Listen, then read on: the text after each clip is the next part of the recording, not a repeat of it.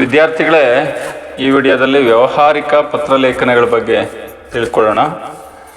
ಈ ವಿಡಿಯೋದಲ್ಲಿ ಒಟ್ಟು ನಾನು 11 ಪತ್ರಲೇಖನಗಳು, ವ್ಯಾವಹಾರಿಕ ಪತ್ರಲೇಖನಗಳನ್ನು ಅಪ್ಲೋಡ್ ಮಾಡ್ತಾ ಇದ್ದೀನಿ, ನಿಮಗೆ ತಿಳಿಸ್ಕೊಡ್ತಾ ಇದ್ದೀನಿ.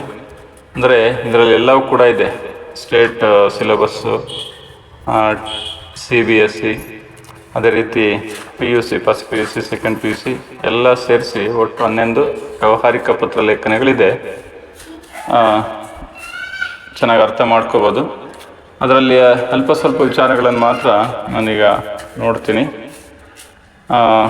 ಏನೇನು ತಿಳ್ಕೊಬೋದು ಅಂತಂದೇಳಿ.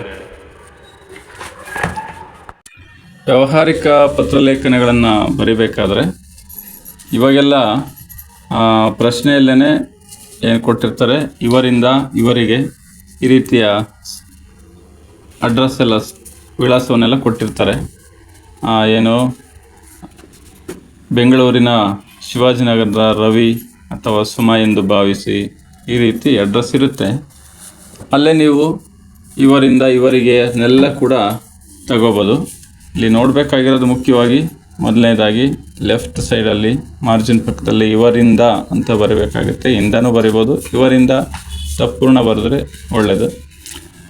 ಬಲಗಡೆ ರೈಟ್ ಸೈಡಲ್ಲಿ ಅದೇ ಸಾಲಿನಲ್ಲಿ ದಿನಾಂಕ ಬರೀಬೇಕಾಗುತ್ತೆ. ಇವರಿಂದ ಬರೀ 2 ಸಾಲಲ್ಲಿ ಬರೆದ್ರೆ ಆಗಲ್ಲ. ರವಿ, ಬೆಂಗಳೂರು ಈ ರೀತಿ ಬರಿಬಾರ್ದು. ಒಂದು 3ರಿಂದ 4 ಸಾಲಲ್ಲಿ ಶಾಲೆ ಅಥವಾ ಕಾಲೇಜಿನ ಹೆಸರು, ಕಾಲೇಜ್ ನೇಮು, ಇಂಥದ್ದು ಸಬ್ ಪ್ಲೇಸ್ ಏನಿರುತ್ತೆ ಅದರದ್ದು ಸಬ್ ಏರಿಯಾ, ಗ್ರಾಮ, ಇಂಥದ್ದೆಲ್ಲ ಬರೀಬೇಕಾಗುತ್ತೆ. ಅದಾದಮೇಲೆ ಇವರಿಗೆ ಅಂತಲೇ ಬಳಸಿ, ಗೆ ಅಂತಲೂ ಬಳಸ್ಬೋದು, ಇವರಿಗೇನೇ ಇರಲಿ. ಅಲ್ಲಿ ಪ್ರಶ್ನೆಯಲ್ಲೇ ಇರುತ್ತೆ ಯಾರಿಗೆ ಬರೀಬೇಕು ಅಂತಂದೇಳಿ.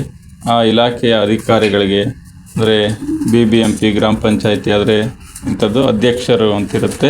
ಅಧ್ಯಕ್ಷರಿಗೆ ಅಂತ ಪ್ರಶ್ನೆಯಲ್ಲಿರುತ್ತೆ, ಅಧ್ಯಕ್ಷರು ಅಂತಲೇ ಬರೀಬೇಕು ನಾವು. ಅಧ್ಯಕ್ಷರಿಗೆ ಅಂತ ಬೇಡ. ಅದೇ ರೀತಿ ವ್ಯವಸ್ಥಾಪಕರಿಗೆ ಅಂತ ಬೇಡ. ವ್ಯವಸ್ಥಾಪಕರು, ಮುಖ್ಯಸ್ಥರು, ಪ್ರಾಂಶುಪಾಲರು ಈ ರೀತಿ ನಾವು ನೋಡ್ತಾ ಹೋಗ್ಬೇಕಾಗುತ್ತೆ.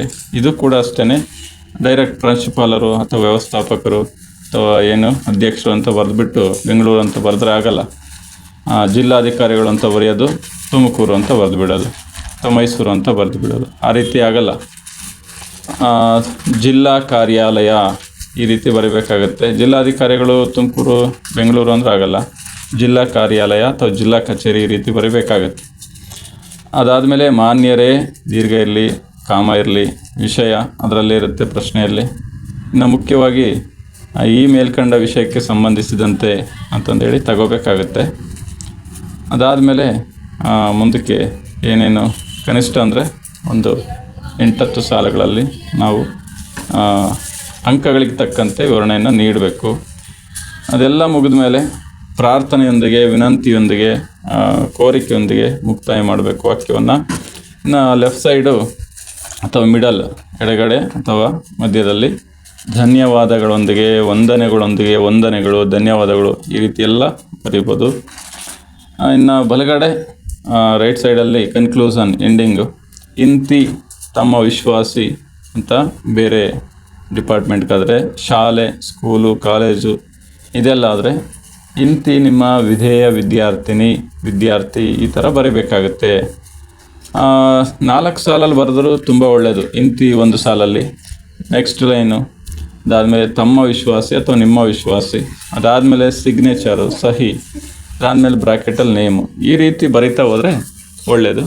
ನಿಮಗೆ ಎಲ್ಲ ರೀತಿಯ ಪತ್ರಲೇಖನಗಳು ಕೂಡ ಇದರಲ್ಲಿ ಸಿಗ್ತವೆ. ವಿವರಣೆ ಇಷ್ಟು ಸಾಕಾಗುತ್ತೆ. ಒಂದು ಸಂಕ್ಷಿಪ್ತವಾಗಿ ಇಷ್ಟು ವಿಚಾರಗಳನ್ನು ಹೇಳಿದ್ದೀನಿ.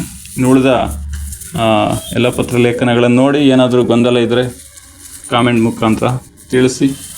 ಇನ್ನು ಬೇರೆ ಪತ್ರಲೇಖನಗಳು ಕೂಡ, ವೈಯಕ್ತಿಕ ಪತ್ರಲೇಖನಗಳು ಕೂಡ ನನ್ನ KRS ಮಾಸ್ಟರ್ ಚಾನಲಲ್ಲಿ ಸಿಗುತ್ತೆ. ಬೇರೆ ಸಂಧಿ, ಸಮಾಸ, ಕ್ರಿಯಾಪದ, ಧಾತು, ವರ್ಣಮಾಲೆ ಈ ರೀತಿ ಏನಿದ್ರು ಕೂಡ ನಿಮಗೆ ಇದರಲ್ಲಿ ನೋಡ್ಕೋಬೋದು. ವಿಭಕ್ತಿ ಪ್ರತ್ಯಯ ಹಿಂಗೆಲ್ಲ ಕೂಡ ನೋಡ್ತಾ ಹೋಗೋಣ. ಅದ್ರ ಜೊತೆಗೆ ಪದ್ಯದ ಹಾಡುಗಳು, ಕೆಲವೊಂದು ನಾನೇ ಬರೆದಂಥ ಕವಿತೆಯ ಹಾಡುಗಳು, ಇದೆಲ್ಲ ಅಪ್ಲೋಡ್ ಮಾಡೋ ಪ್ರಯತ್ನ ಮಾಡ್ತಾಯಿದ್ದೀನಿ. ನೋಡಿ, ನಿಮಗಿಷ್ಟ ಆದರೆ ಲೈಕ್ ಮಾಡಿ, ಶೇರ್ ಮಾಡಿ, ಸಬ್ಸ್ಕ್ರೈಬ್ ಮಾಡಿ, ವಿದ್ಯಾರ್ಥಿಗಳಿಗೆ, ನಿಮ್ಮ ಸ್ನೇಹಿತರಿಗೆ ತಿಳಿಸಿ. ಧನ್ಯವಾದಗಳು.